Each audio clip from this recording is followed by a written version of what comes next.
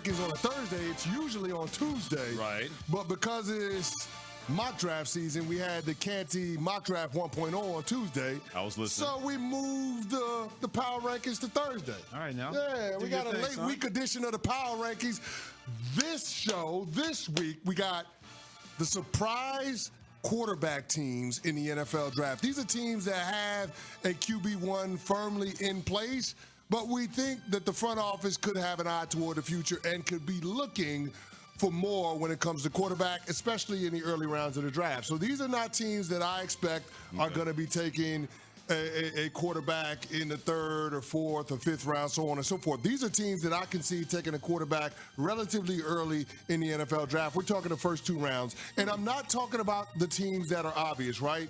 Like everybody talks about the LA Rams having a successor for Matt Stafford. Sure. Everybody knows the Pittsburgh Steelers are desert thirsty for a quarterback. Sure. Everybody understands that the Giants and the Browns need a quarterback. With the news around Derek Carr with the New Orleans Saints, we know Kellen Moore is looking for a quarterback. I'm not talking about the obvious situations. I'm talking about the people that we would be shocked that they would take a quarterback. Well, y'all would be shocked, but not me, because that's why we got the list. So, Javante, without further ado, number 5. the Tampa Bay Buccaneers. Listen, the Bucs are going into year number 2 of a 3-year contract with Baker Mayfield, which means he has another season. If he has another season where they win a division, get to the playoffs, and or he makes a Pro Bowl, he'll be in line for more of a market level deal. Do the Bucs really want to pay the Bake Show $50 million a year? Maybe, but it's only prudent to have a viable contingency that has more upside than the backup quarterback situation right now with Kyle Trask. I can definitely see that for everything you mentioned. And here's something else. As much as he's been able to revitalize his career, you still don't know exactly if he can be the guy that can beat top teams or lead your team past top teams. So, yeah, that price tag's a lot of a price tag for Baker Mayfield. So, yeah, I can see that from Tampa Bay. Baker's on his 4th team now in the NFL? Yeah. The Browns, Panthers, Rams, and now the Buccaneers. How many quarterbacks have been on 4 teams that have gotten paid $50 million a year or more? At the rate Aaron Rodgers is going, he's going to be the other one. I'm not saying. Wow. I'm just saying. Next. Number 4.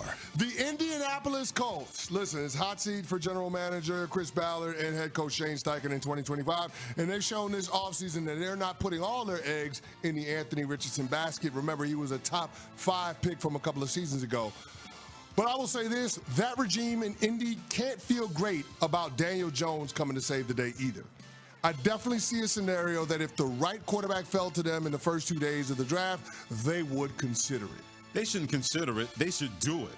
But everything you just said, if you're tying your fortunes at quarterback where you still don't know about Anthony Richardson and now Daniel Jones on his 3rd football team, when it comes to the Giants and the Vikings, now Indianapolis Colts, if you're not taking a quarterback in the first 2 days, if you're the coach, then what are you doing?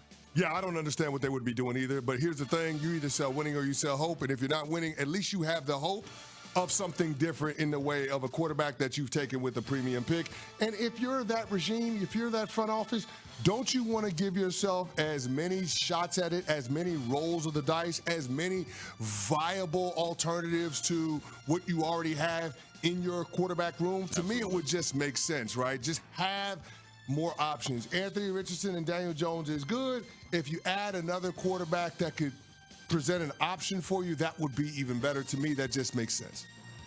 So we are talking about the surprise quarterback teams in this year's NFL draft. Places that are off the beaten path, places that we haven't assigned a quarterback to in a lot of mock drafts. But I'm doing it right here. You heard it here first on Unsportsmanlike. The surprise quarterback teams in this year's NFL draft. Javante? Number 3. The Las Vegas Raiders.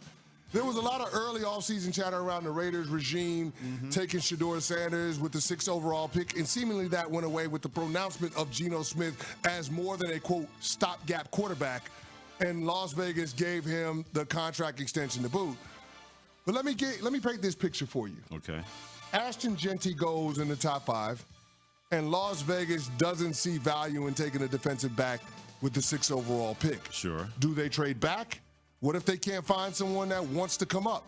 Seems like Shedeur Sanders will make a lot of sense as a succession plan for Geno Smith. Keep in mind that Geno signed a 3-year contract extension, but no guaranteed money on that deal after 2026.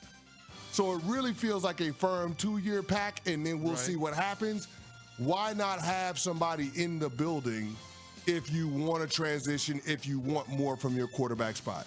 History suggests that this is why that could happen.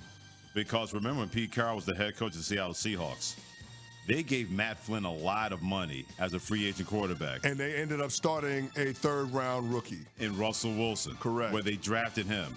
Pete Carroll has always shown that he is going to be a bigger picture kind of guy. Yeah, Geno Smith got that money. He got that dime from the Las Vegas Raiders. But if Shedeur Sanders is there, it's going to be hard to pass him up.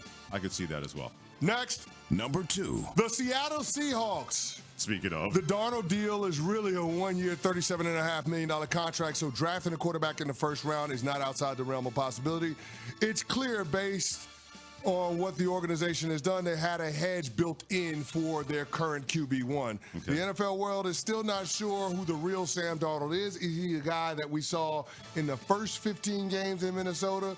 Or is he, or first 16 games in Minnesota, or the last 2 games, including the postseason wild card meltdown?